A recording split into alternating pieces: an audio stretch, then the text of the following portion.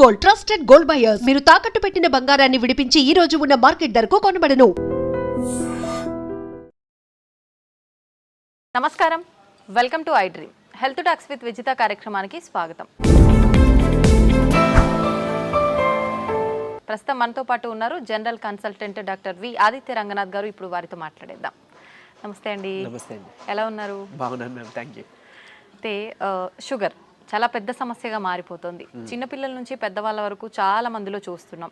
ఆహార రీత్యా కొంతమందికి వస్తే, జెనెటిక్స్ పరంగా కొంతమందికి, ఏదేమైతేనేంటి అందరిలో ఈ సమస్య అయితే ఎక్కువగా. ఇంట్లో నలుగురు ఉంటే ఇద్దరికి ఈ సమస్య చూస్తూనే ఉన్నాం. ఒకవేళ షుగర్ని రివర్స్ చేయాలి అంటే గనక అవకాశం ఉందంటారా? ఉంటే గనక ఆ టిప్స్ ఏంటో తెలియజేయండి. సో ఇప్పుడు డయాబెటీస్ వచ్చింది, లేకపోతే బీపీ వచ్చింది, థైరాయిడ్ వచ్చింది, లేకపోతే వాట్ ఎవర్, ఇదివరకు మనం విన్నది ఏంటి అని అంటే ఒక్కసారి వస్తే లైఫ్ లాంగ్ అది తగ్గడానికి ఆస్కారం లేదు. సో మనం ఏం చేయొచ్చు, కంట్రోల్లో పెట్టుకోవాలి. సో డ్రగ్స్, అదే మన మెడిసిన్ తీసుకుంటాము రెగ్యులర్గా, ఆపకుండా తీసుకుంటే కంట్రోల్లో ఉంటుంది కాబట్టి భయపడాల్సిన అవసరం లేదని చెప్తారు. అయిపోయింది, అది అక్కడతో అయిపోయింది. బట్ ఇప్పుడు రీసెంట్ అంటే చాలా ఇయర్స్ నుంచి మనకి తెలిసిందే ఏంటి అని అంటే వీటన్నిటిని కూడా మనం రివర్స్ బ్యాక్ చేసుకోవచ్చు. కాకపోతే ఆ పద్ధతి తెలియక, చాలా మంది అవేర్నెస్ లేక ఇంకా అదే భయంతో ఇప్పటికీ ఉన్నారు. అంటే ఒక్కసారి వస్తే తగ్గదు, మనం ఖచ్చితంగా టాబ్లెట్స్ మీద బ్రతకాలి లైఫ్ లాంగ్. సగం ఆ థాటే ఇంకా అనారోగ్యం తీసుకొస్తుంది అనమాట. సో అసలైన నిజం ఏంటి అని అంటే డయాబెటీస్ని కూడా మనం రివర్స్ చేసుకోవచ్చు ఖచ్చితంగా. అంటే నేను చెప్తుంది రివర్స్ అంటే పూర్తిగా డయాబెటీస్ అసలు లేకుండానే మనం ఫర్దర్గా మనం జీవించవచ్చు, మన లైఫ్ లీడ్ చేయొచ్చు. అవకాశం ఖచ్చితంగా ఉంది. అంటే ఆరోగ్య సూత్రాలు పాటించడం వల్లనే. ఏంటండి మరి అవి? సో మెయిన్గా ఇప్పుడు డయాబెటీస్ రావడానికి కారణం ఒకటి ఇన్సులిన్ రెసిస్టెన్స్. సరే, ఇన్సులిన్ రెసిస్టెన్స్ అంటే ఏం లేదండి, ఇప్పుడు మనం ఎక్కువసార్లు తీసుకుంటాం, డే మొత్తంలో ఎక్కువసార్లు తినడం, లేదా ఏదైనా మధ్యలో గ్యాప్స్లో మళ్ళీ ఇప్పుడు లంచ్, డిన్నర్, పొద్దున్న బ్రేక్ఫాస్ట్కి మధ్యలో మళ్ళీ ఏదైనా టీ, ఏదో కాఫీ అలవాటు ఉంటుంది, లేదంటే ఇంకేదైనా స్నాక్స్ తింటాం. ఇలాంటి అలవాటు ఎక్కువ అయిపోయి ఏంటి అని అంటే మనం ఏది తిన్నా ఏది తాగినా, అంటే వాటర్ తప్పిస్తే మిగిలిన ఏం తీసుకున్నా మన బాడీలో ఇన్సులిన్ ప్రొడక్షన్ జరుగుతుంది. సో టైప్ 2 డయాబెటీస్ అంటాం ఏంటి, ఇన్సులిన్ ప్రొడక్షన్ ఉంటుంది మన బాడీలో, జనరేట్ అవుతుంది, కానీ ఆ కణాలు సరిగ్గా ఇన్సులిన్ని యూజ్ చేసుకోలేకపోతున్నాయి. దాన్ని టైప్ 2 డయాబెటీస్ కింద పరిగణిస్తున్నారు. ఒకవేళ ఇన్సులిన్ ప్రొడక్షనే లేదు బాడీలో, మన ప్యాంక్రియాస్ సరిగ్గా పనిచేయట్లేదు, అందులో ఐలెట్స్ ఆఫ్ లాంగర్హాన్స్ అని ఒక కణాలు ఉంటాయి, దాని నుంచే మనకి ఇన్సులిన్ వస్తుంది. సో ఇన్సులిన్ సరిగ్గా ప్రొడక్షన్ లేదు అని అంటే అది టైప్ 1 కింద మనం పరిగణిస్తున్నాం. చిన్నపిల్లల్లో కూడా టైప్ 1 అది చూడొచ్చు. సో ఇప్పుడు ఇన్సులిన్ ప్రొడక్షన్ జరిగి మనం తిన్న ప్రతిసారి మన గ్లూకోజ్ లెవెల్స్ ఏదైతే ఉందో అది మేనేజ్ చేయడానికి ఇన్సులిన్ ప్రొడక్షన్ జరిగి, అంటే స్పైక్ అయ్యి అది కంట్రోల్ తీసుకొచ్చి మళ్ళీ అది ఇన్సులిన్ తగ్గి, ఆ స్పైక్ తగ్గి మళ్ళీ మనం తింటున్నాం, మళ్ళీ పెరుగుతుంది కదా. ఇలా అస్తమానం పెరిగి తగ్గడం వల్ల మన బాడీ అలవాటు పడిపోతుంది ఆ ఇన్సులిన్, సెట్ అయిన ఇన్సులిన్ లెవెల్కి. సో ఇన్సులిన్ రెసిస్టెన్స్ వచ్చేస్తే ఏమవుద్ది, ఇదే గ్లూకోజ్ని, అంటే రోజువారీ తినే సేమ్ అదే మోతాదు ఒక గ్లూకోజ్ని మనకి ఇప్పుడు మెటబలైజ్ చేయాలి అని అంటే ఇన్సులిన్ ఈ మోతాదుకి మించి ఇంకా ఎక్స్ట్రా ప్రొడక్షన్ జరగాల్సి వస్తుంటుంది అనమాట. అంటే ఈ లెవెల్కి అది కంట్రోల్కి రావట్లేదు, దాన్నే ఇన్సులిన్ రెసిస్టెన్స్ అంటున్నాం. సో మనం చేయాల్సిన పని ఏంటి అంటే ఇన్సులిన్ రెసిస్టెంట్ తగ్గించి ఇన్సులిన్ సెన్సిటివిటీ మనం పెంచుకోవాలి ఒకటి. తర్వాత ఆహారంలో చిన్న మార్పులే, అంటే ఇప్పుడు డయాబెటీస్ మనం ఇది చేయాలి అని అంటే సరే ఏముంది రైస్ మానేయండి అని చెప్తారు, అంతే కదా, మాకు చాలా ఇబ్బంది, మేము చేయలేము అని అంటారు. అలా ఏం కాదు, కొన్ని పద్ధతులు ఉన్నాయి, నేను చెప్తాను ఇప్పుడు ఖచ్చితంగా. అది పాటిస్తే ఏకంగా డయాబెటీస్ చక్కగా కంట్రోలే కాకుండా రాబోయే రోజులు, అంటే మీకు ఫస్ట్ 3 months 4 months కంట్రోల్ తెచ్చుకుంటారు. ఆ పైనుంచి మనకి టార్గెట్ ఏంటి అని అంటే మనం వాడుతున్న మెడిసిన్ నెమ్మదిగా డోస్ తగ్గించుకోగలగాలి. అంటే తగ్గించగలగాలంటే ఆటోమేటిక్గా మనకి లెవెల్స్ తగ్గితే యాజ్ ఏ మీ డాక్టర్ కానీ మేము కానీ తగ్గించగలుగుతాం కదా. తగ్గించిన తర్వాత దీన్ని పూర్తిగా రివర్స్ బ్యాక్ చేసుకొని నార్మల్ లైఫ్, అంటే ఆ ఫుడ్ని తీసుకుంటూ చక్కగా మనం ఎలాంటి ట్రీట్మెంట్, అంటే ఈ డ్రగ్స్ తీసుకోకుండా ఉండడం. మళ్ళీ అది తగ్గిపోయిన తర్వాత మళ్ళీ పంచదార తినేస్తాం, మైదా పిండి తినేస్తాం, గోధుమ పిండి తినేస్తాం, లేకపోతే ప్రాసెస్డ్ ఫుడ్ తినేస్తాం. అంటే అసలు అదే మెయిన్ ప్రాబ్లం. అంటే high saturated fats, high carbohydrates ఉండడం వల్లనే మనకు వస్తుంది. ఇది వరకు వాళ్ళకి, అంటే మన పెద్దలకి అప్పట్లో ఎందుకు రాలేదంటే వాళ్ళు ఇవేం తీసుకోలేదు కాబట్టి వాళ్ళకి రాలేదు. సో మనం అది ఫుడ్డే ఇది ఫుడ్డే కదా, ఏదో నార్మల్ లైఫ్, అంటే తగ్గిన తర్వాత మళ్ళీ తినేయచ్చు అన్న వాళ్ళకి ఇది ఆన్సర్ చెప్తున్నా. సో అది కాదు, నార్మల్గా మీరు రైస్ తీసుకోవచ్చు, రైస్ పూర్తిగా మానే అవసరం లేదు, కాకపోతే రైస్తో పాటు కొన్ని తీసుకోవాల్సి ఉన్నాయి. సో చూడండి సింపుల్ టెక్నిక్, హై కార్బోహైడ్రేట్స్ తీసుకోకూడదు, హై కాంప్లెక్స్ కార్బోహైడ్రేట్స్ తీసుకోకూడదు, తర్వాత హై సాచురేటెడ్ ఫ్యాట్స్ తీసుకోకూడదు. సో ఇవి తప్పిస్తే మరి మిగిలిన ఆప్షన్ ఏంటి? కొంతమంది ఇక్కడ ఏం చేస్తారంటే కార్బోహైడ్రేట్స్ తీసుకోకూడదు అన్నారు కాబట్టి పూర్తిగా కార్బోహైడ్రేట్స్ని తగ్గించేస్తున్నారు, అంటే నో కార్బోహైడ్రేట్ ఫుడ్ అంటారు, అలా వెళ్ళిపోతున్నారు, కీటో డైట్స్ అని. అలా వద్దు. అలా అయితే ఏమవుతుందంటే మనకి ఇన్ని సంవత్సరాలు లేదా ఇన్ని జనరేషన్స్గా మనకి బాడీకి కార్బోహైడ్రేట్స్ అలవాటు, సో దాని డైజెషన్ అలవాటు. సో అక్కడ నుంచి మళ్ళీ అది బ్రేక్ డౌన్ అయ్యి గ్లూకోజ్ కింద మనకి కన్వర్ట్ అవుతుంది, మనకి శక్తిని ఇస్తుంది, బాగుంది. మీరు తినడం మానేస్తే ఒకటి మీకు కూడా బాడీకి అది కొత్తది ఏంటంటే కార్బోహైడ్రేట్స్ అసలు అది డైజెషన్ చేసే ఒక పద్ధతే మర్చిపోద్ది మన బాడీ. సో రేపు పొద్దున్న నార్మల్ సింపుల్గా కార్బోహైడ్రేట్స్ తీసుకున్నా దానికి చాలా కష్టపడాల్సి వస్తుంది. అండ్ ఈవెన్ ఒకవేళ జెనెటికల్గా నెక్స్ట్ జనరేషన్స్ పాస్ ఆన్ అయింది అనుకోండి, అది ఇంకా ఇబ్బందిగా, అంటే నార్మల్ అన్నమే మనం అరాయించుకోలేకపోవచ్చు, లేకపోతే నార్మల్ సమోసానే ఎంజాయ్ చేయలేకపోవచ్చు మనం. సో అట్లా. సో సరే ఓకే, హై కార్బ్స్ అంటే తెలుసు, ఈ రైస్ నార్మల్గా తీసుకునేవి, ఈ రైసు తర్వాత ఈ మైదా గోధుమ పిండి ఇవన్నీ తినమని చెప్తుంటారు, అంటే రైస్ని తగ్గించి మైదా గోధుమ పిండి తినమని అంటారు కదా. సో అది కూడా రిఫైన్డ్ తీసుకుంటే, పంచదార లేకపోతే గోధుమ పిండి ఇవన్నీ రిఫైన్డ్ ఫ్లోర్ బయట కొని తెచ్చుకుంటే అది కూడా మళ్ళీ మనకు ప్రాబ్లమే. సో మనం మిల్లులో వెళ్ళి ఆడించుకుందాం, అంటే డైరెక్ట్గా వెళ్ళి మనం గోధుమలు అలాగా గోధుమలు, దానికి జొన్నలు యాడ్ చేయొచ్చు, రాగులు యాడ్ చేయొచ్చు, సోళ్ళు అంటాం కదా, సో అలా రాగి మాల్ట్లో తీసుకునే రాగులు అవన్నీ యాడ్ చేసి దాంతో మనం రొట్టిలానో లేకపోతే మిల్లెట్స్ ఏమైనా దానికి యాడ్ చేసి, కినోవా అని ఇప్పుడు వస్తుంది, సరే అంత అఫోర్డ్ చేయలేదు అన్న వాళ్ళకి పోనీ మనకి ఏమంటారు సామెలు, అరికిలు, గంటలు అలాంటివన్నీ తక్కువ రేట్కే వస్తుంటాయి కదా, అలాంటివి ఇంక్లూడ్ చేసుకోవచ్చు. పూర్తిగా రైస్ మానేమని నేను చెప్పట్లేదు, రైస్తో పాటు ఇది తీసుకోండి. సరే ఇదంతా కాదులేండి, ఓన్లీ రైస్ నాకు కర్రీ మాత్రమే అలవాటు ఉంది, పోనీ ఇంకేదైనా సింపుల్గా చెప్పండి అని అంటే ఉంది ఒక పద్ధతి. మనకి ఇప్పుడు ఇన్సులిన్ రెసిస్టెన్స్ అని మాట్లాడుకున్నామే, HbA1c మీ అందరికీ తెలుసు, 3 నెలల యావరేజ్ తీస్తే మనకి ఎంత ఉంది అనే దాని మీద మన డయాబెటీస్ ఉందా లేదా, కంట్రోల్లో ఉందా లేదా అని తెలుస్తుంది. సో దాన్ని మనం కంట్రోల్ పెట్టడానికే కదా ఇప్పుడు అన్నీ చెప్తున్నాం, మన ఇన్సులిన్ వాడాలన్నా లేకపోతే ఈ మెట్ఫార్మిన్ మన డయాబెటీస్ డ్రగ్స్ వాడాలంటే కూడా మనకు అలానే దేవుడు కూడా ఇచ్చిన ఆహారంలో ఈ పని చేసే ఉన్నాయి. ఏంటి అని అంటే ఒకటి కీరా దోసకాయలు, తర్వాత పంకిన్ సీడ్స్ గుమ్మడి గింజలు, తర్వాత పాలకూర. వీటిలో ఏంటంటే పాలకూరలో తర్వాత పంకిన్ సీడ్స్లో వైటమిన్ E ఉంటుంది, అది మీ HbA1cని చక్కగా కంట్రోల్ తీసుకొస్తుంది. అండ్ ఇప్పుడు చెప్పిన ఆహార పదార్థాల్లో మీకు ఇన్సులిన్ రెసిస్టెన్స్ని తగ్గించి సెన్సిటివిటీని పెంచే ఉంటాయి. సో ఇప్పుడు సరే కొంత లిస్ట్ చెప్తాను చూడండి. మష్రూమ్స్ బాగా అదే మన ఉడకబెట్టిన గుడ్లు ఫుల్గా విత్ సొనతో పాటు తీసుకోవాలి, అది కొలెస్ట్రాల్ కాదు, మంచి కొలెస్ట్రాల్ తీసుకోండి. సో తర్వాత నెయ్యి, తర్వాత మన కీరా దోసకాయలు, తర్వాత ఓట్స్, గ్రీన్ పీస్ అదే మన పచ్చి బఠానీలు, తర్వాత రాజ్మా, కిడ్నీ బీన్స్ అంటాం రాజ్మా, అలానే మిగిలిన బీన్స్ కూడా చక్కగా మిగిలిన రకాల బీన్స్, చిక్కుళ్ళు బీన్స్ ఇట్లాంటివన్నీ తీసుకుంటే కనుక ఇవన్నీ కూడా మీ ఇన్సులిన్ రెసిస్టెన్స్ని తగ్గించినవే. సో మీ ఇష్టం, గుడ్లు ఇప్పుడు ఆమ్లెట్ రూపంలో తీసుకోండి, నిద్రకి పనికి వస్తుంది ఆమ్లెట్, ప్లస్ దీనికి కూడా హెల్ప్ అవుతుంది. సో ఈ ఫుడ్ని మీరు కంపల్సరీగా క్యాబేజీ, కాలీఫ్లవరు, సో బ్రాకోలీ కానీ ఇలాంటి ఇవన్నీ కూడా మీ ఫుడ్ డైలీ ఫుడ్లో ఏదో ఒక రూపంలో ఇంక్లూడ్ చేసుకోండి. ఏదో ఒక్క పదార్థమైనా అట్లీస్ట్ కర్రీ, మనం అది వదిలేసి మిగిలినవేమో తీసుకున్నామంటే మళ్ళీ కంట్రోల్కి రాదు, మీ అందరికీ తెలిసిందే. చాలామంది ఎక్కువ పాలకూర కూడా తినరు, సో అట్లా. లేదంటే మునగాకు ఉంది, సో మునగాకును కూడా మీరు పౌడర్ రూపంలో చేసుకోవచ్చు, ఎండబెట్టేసి చక్కగా పౌడర్ చేసుకొని ఒక చెంచా యాడ్ చేసుకోండి ఒక ముద్దకి, అన్నంతో పాటు రైస్తో తీసుకోవచ్చు, హాట్ వాటర్లో కూడా తీసుకోవచ్చు, మజ్జిగలో కలిపి తీసుకోవచ్చు. ఇది ఒక మనిషికి డైలీ లిమిట్ ఒక చెంచా.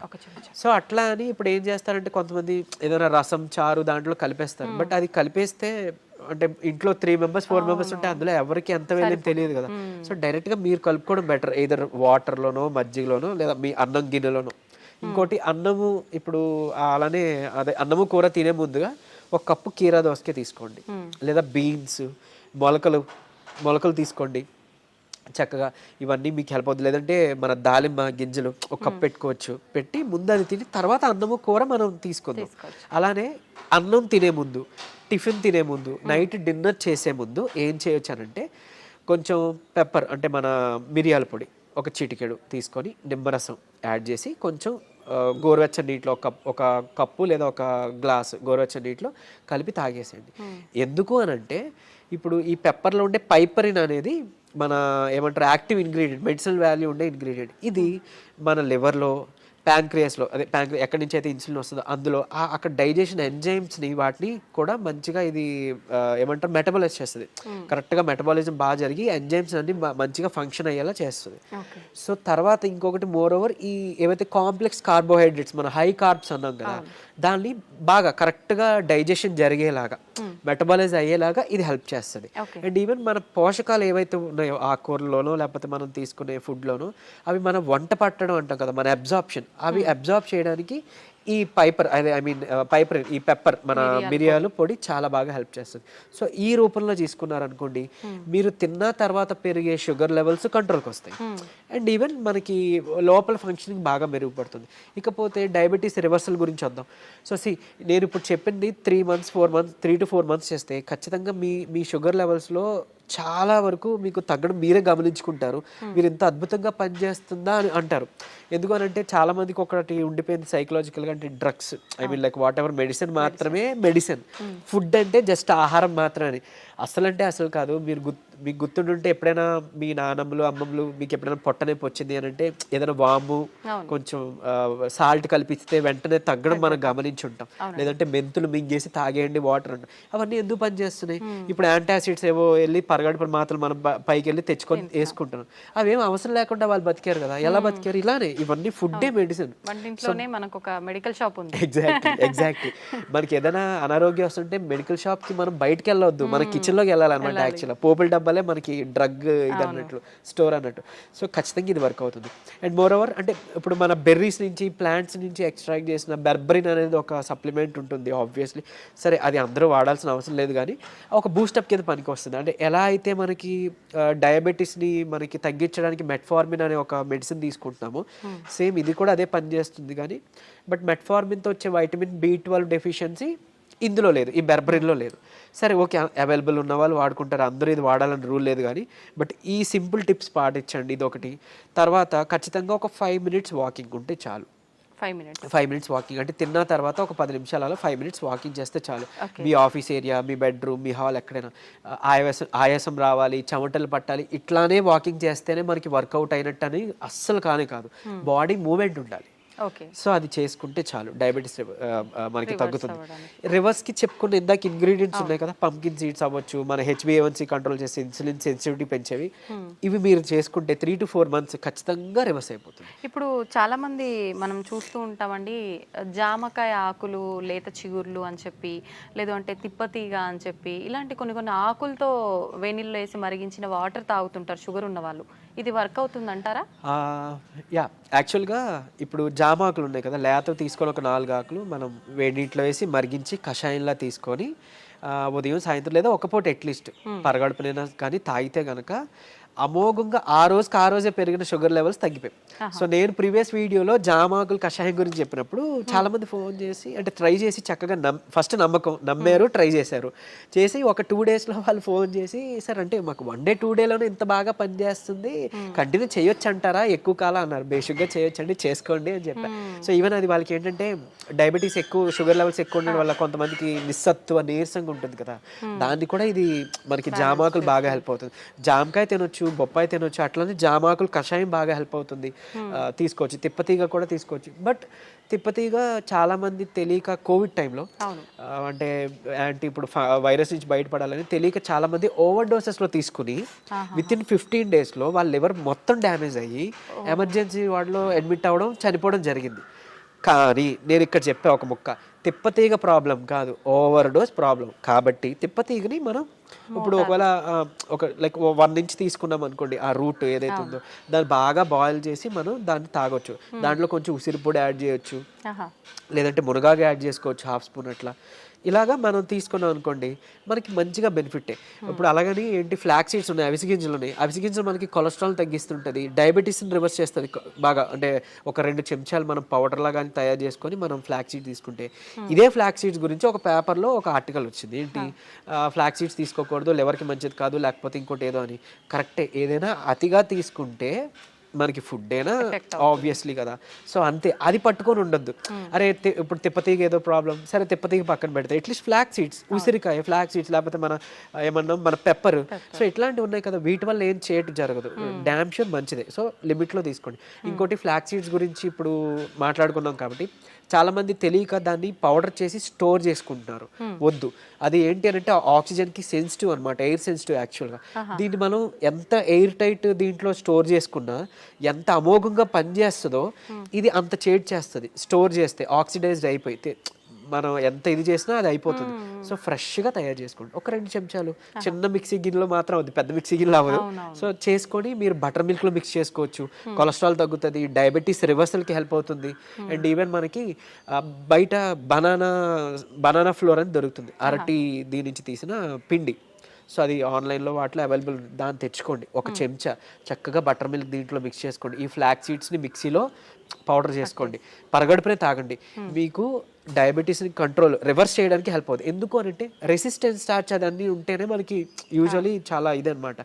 సో డయాబెటీస్ రివర్స్ చేయడంలో ఈ అరటి ఫ్లోర్ ఏదైతే ఉందో అమోఘంగా పనిచేస్తుంది. ఒక్క చెంచా చాలు, మీరు తినే దాంట్లో ఎందులో కలుపుకోవచ్చు. ఈవెన్ ఏమంటారు, మీరు తినే ఏదైనా అట్టు రొట్టెలో వేసుకోండి, లేదంటే ఇలా బటర్ మిల్క్లో మిక్స్ చేసుకోండి. ఇది ఖచ్చితంగా మీ డయాబెటీస్ రివర్సల్కి హెల్ప్ అవుతుంది. సో ఎందుకు, ఇన్సులిన్ రెసిస్టెన్స్ మనకి మెయిన్గా రివర్స్ అవుతుంది కదా, అంతే. ఇదే సీక్రెట్ ఫార్ములా, ఇది నమ్మి చేయండి. నిజంగా చెప్తున్నా, మీరు ఇయర్స్ డ్రగ్స్ అది వాడాల్సిన అవసరం లేదు. అండ్ ప్రీవియస్గా ఒక వీడియోలో నేను చెప్పాను, లైక్ పరగడుపున ఒక చెంచా కలబంద గుజ్జు తీసుకోండి అని. అది నేను ఎక్కడో మెడికల్ క్యాంప్కి వెళ్ళినప్పుడు ఒక ఆవిడ నా వీడియో చూసారంట, ఆవిడ కంట్రోల్ అయింది. సో మీరు ఇదివరకు వాడేవారు కదండి ట్యాబ్లెట్, ఈ నెల చాలా వరకు తగ్గింది. ఏం చేశారంటే, మీ వీడియో చూసాను సార్, యాక్చువల్గా కలబంద గుజ్జు చెప్పారు, పరగడుపును తీసుకోవడం మొదలు పెట్టాను, నాకు ట్యాబ్లెట్ తగ్గిపోయింది, సగానికి సగం డోస్ తగ్గిపోయింది.